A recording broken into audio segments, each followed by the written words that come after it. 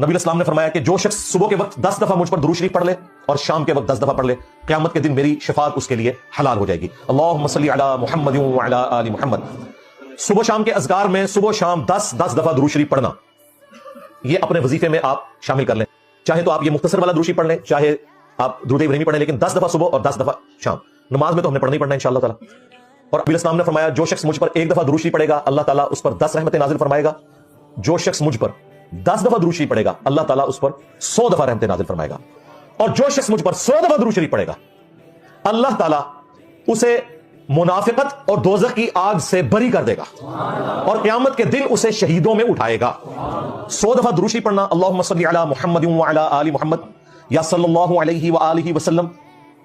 इतना टाइम नहीं लगता, 5 मिनट में सल्लल्लाहु अलैहि व आलिहि वसल्लम आप पूरी तजवीज से भी पढ़ें 100 दफा पूरा हो जाता है।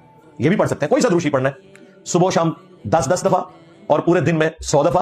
और ये तो मैं आपको कम से कम बता रहा हूं, ज्यादा आप जो भी पढ़े वो तो तिरमिज़ी की हदीस आप सुन चुके कि क़यामत के दिन मेरे सबसे ज्यादा नजदीक वो होगा जिसने दुनिया में सबसे ज्यादा मुझ पर दुरूद शरीफ पढ़ा होगा। वो ओपन एंड है, वो जितना मर्जी पढ़े, लेकिन कम से कम इतना जरूर पढ़े, क्योंकि बुखारी मुस्लिम में हदीस है अल्लाह ताला को वो अमल पसंद है जो थोड़ा हो लेकिन मुस्तकिल मिजाजी के साथ हो।